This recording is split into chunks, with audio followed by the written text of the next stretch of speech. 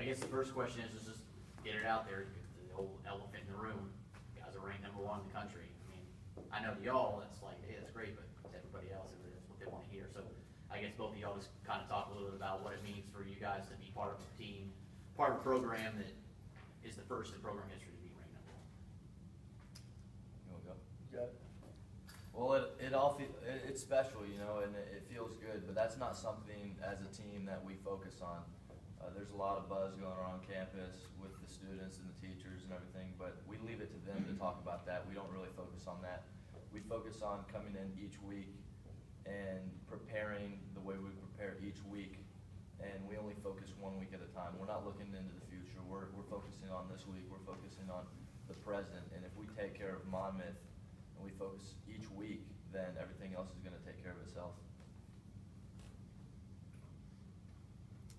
Got an opinion on that? I think it's great to be #1, obviously. I've never been a part of a team that's been first in the nation at any sport or any category, so I think that's really neat. But again, like Alex said, I don't really think about it too much. Just with the playoffs coming up, that's what we need to be focusing on in each game up until then.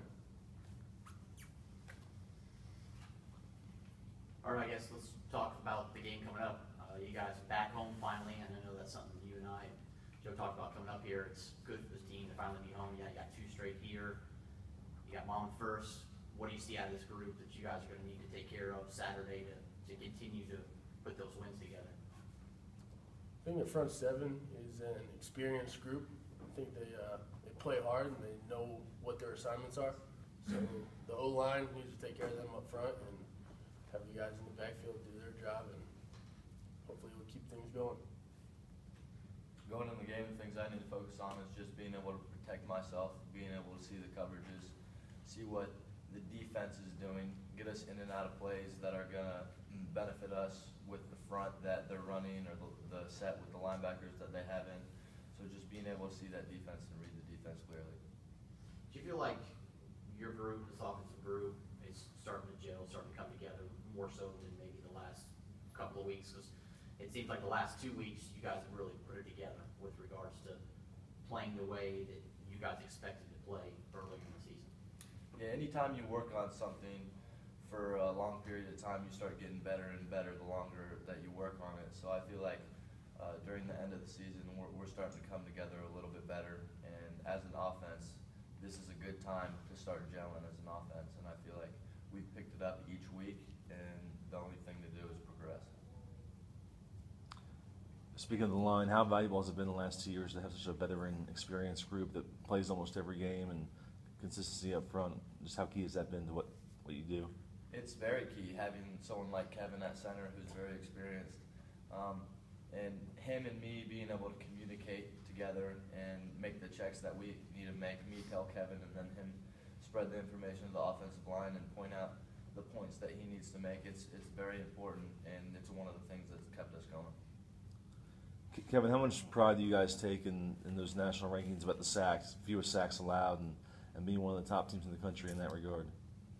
Honestly, I couldn't tell you where we rank fewest sacks allowed or yards gained or any of that. I know we strive to let up no sacks each week, and when we do get a sack, we're really disappointed. And you know, being on the offensive line, sometimes you just got to forget it when you do let one happen and on with the next play. And Alex does a great job saving us a couple times every game. So glad we have him back there helping us out. I thought that Chad Hamilton yesterday, and 4 of those sacks came in the same game, and since then you guys have just been dominant in that regard. You said there was a little talk amongst the guys after that game. Just kind of tell me about that and how you all responded to that. I think it was the Citadel game. We just A&T, we just South Carolina State. Thanks, Mike. Somebody. Give up One of those. Even though we won 30-3. South Carolina State. There was just we just didn't come out ready to play.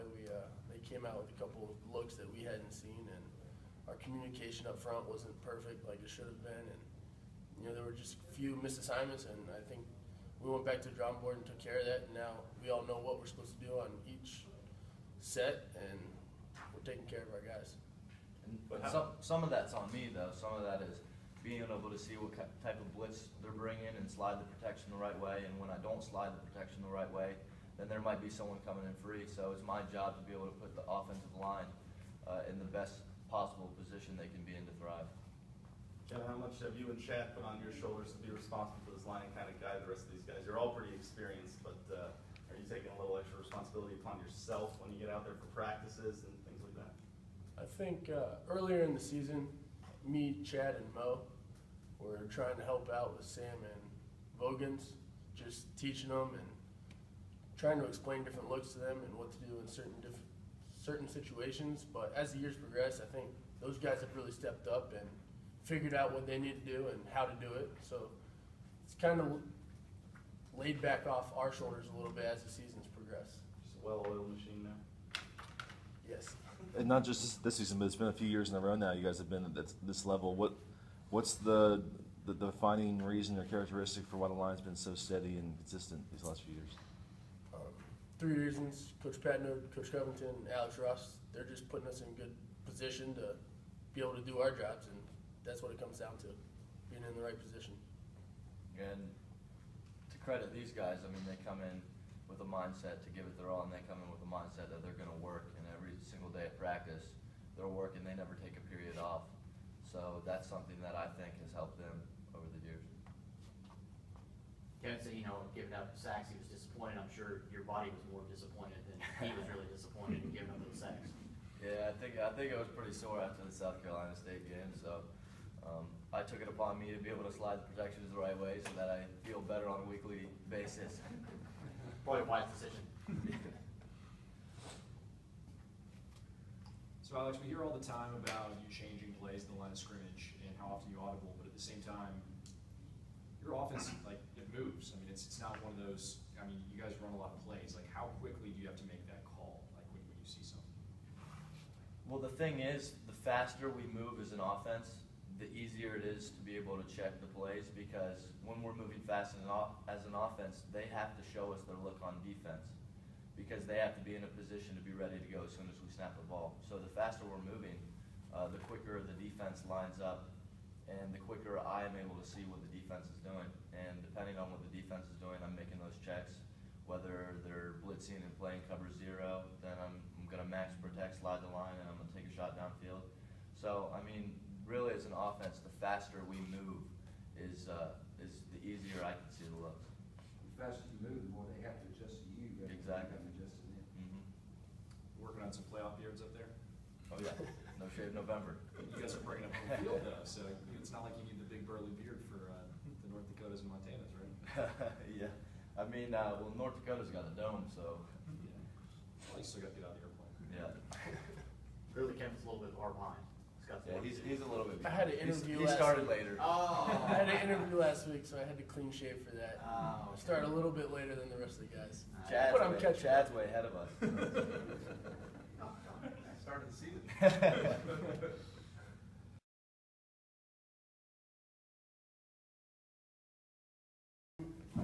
Coach, why don't you just go ahead and talk about, let's just get the ranking thing out of the way. Go ahead and talk about being ranked #1 and what it means to the program. No, I think, there's nobody in our program, and there's nobody in our school, and I would hope most of the entire community, the greater community, are anything but incredibly proud about being ranked #1 in the country. We talked to the guys a little bit about it the other day, and most people will go through, most athletes will go through their lives, and they might win a championship in their league, but to be ranked #1 in the country doesn't very often happen. And the reason why that happened to us is because of the body of work we have done up until now. Last year might even have a little bit to do with it, because it kind of helped us get off to a good start in the rankings. We're only talking about rankings. But our guys did a great job this year. Our coaching staff did a great job preparing our guys. Our operations support did a great job of making sure our program was what we needed to be. Frankly, we run a first-class program.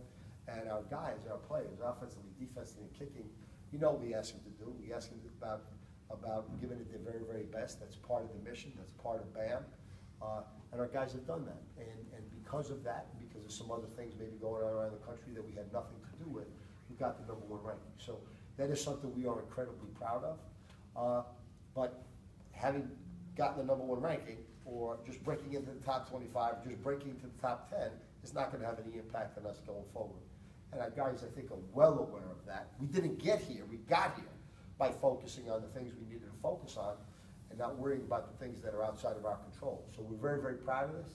I think it's a wonderful achievement, but that's got nothing to do with what we do going forward. So going forward now, our job this week is to focus on Monmouth. I think our staff knows that, our players know that, and that'll be the focus. Do you want to talk about Monmouth? Yeah, how's the focus on Monmouth been then? Okay, I think a lot of people down here and in the league are not familiar with them because they're a Northeastern team. I have some greater familiarity with them. Kevin Callahan, their coach, has been around a long time. He's got a very good record. He is respected for always having guys that are physical. They will come after you. They're disciplined. They wind up doing a good job. And I think they embodied that. We know what it's like to be able to go to an environment like Liberty at Liberty. And for them to come into Liberty and, have them tied going into the 4th quarter says something about, I think, the team's toughness, scrappiness, character.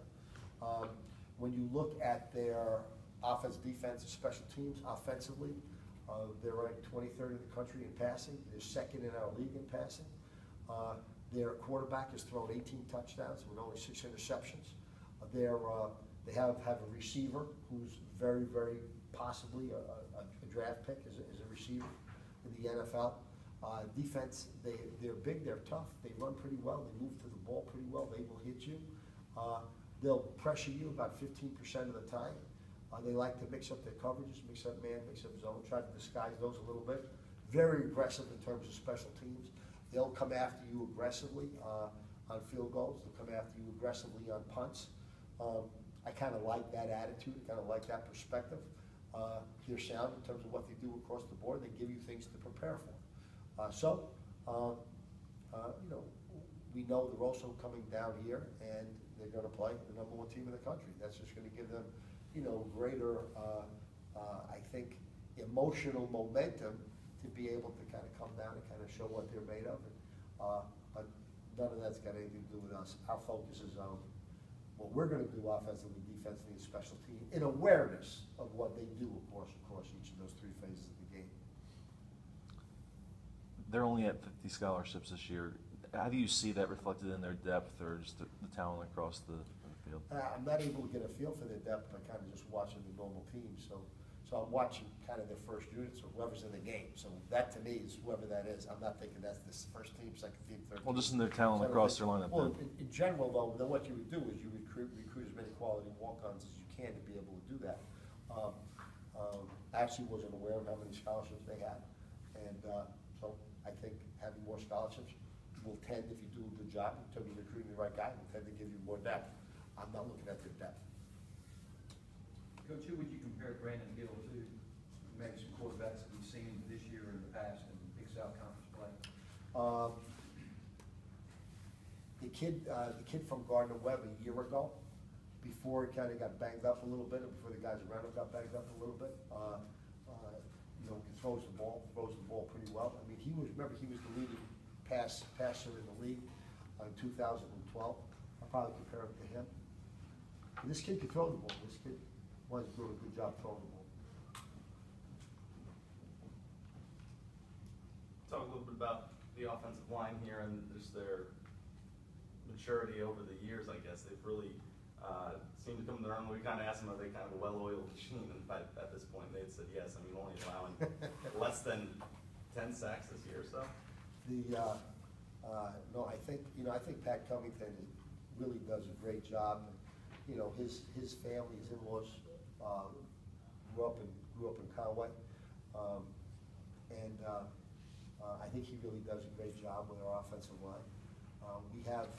Keep in mind, we lost a couple of pretty good guys last year from our offensive line. I think we've been able to replace them. So you've got the experience in effect on one side. So you got Chad, and you got Mo, then you've got Kevin. Then that's pretty good experience there. Then on the other side, you have minimal experience with regards to Sam and Bogans. But they play together very, very well as a unit. I think they do a good job of protecting Alex. I think they do a good job with regards to understanding our scheme, making sure they're in the right position in terms of our running game. So, you know, I think our line's doing a great job. Everyone focuses on Alex or D'Angelo or the receivers. Does it get understated just how important that line has been to this success? Well, I mean, I think if you were talking to Alex, or you're talking to Hop, or you're talking to any one of the receivers frankly may not think about it as much, but I guarantee you, Alex is thinking about it, I guarantee you, the running backs are thinking about it. If your protection keeps breaking down, and you gotta be able to make the play yourself all the time, that's a lot of pressure on you. Effectively, you're not gonna be able to do that over the span of the game. You can do that now and again, you can make those plays, but you gotta have an offensive line if you're gonna have an effective offense. And I have no doubt Alex and Hop would be the first guys to say that. So I don't think we underestimate the importance of the offensive line. What's Sam's status? He got dinged up a little bit last Saturday. Sam had gotten an ankle sprain, but he should be fine and he should be ready to go. We'll have a better feel this afternoon.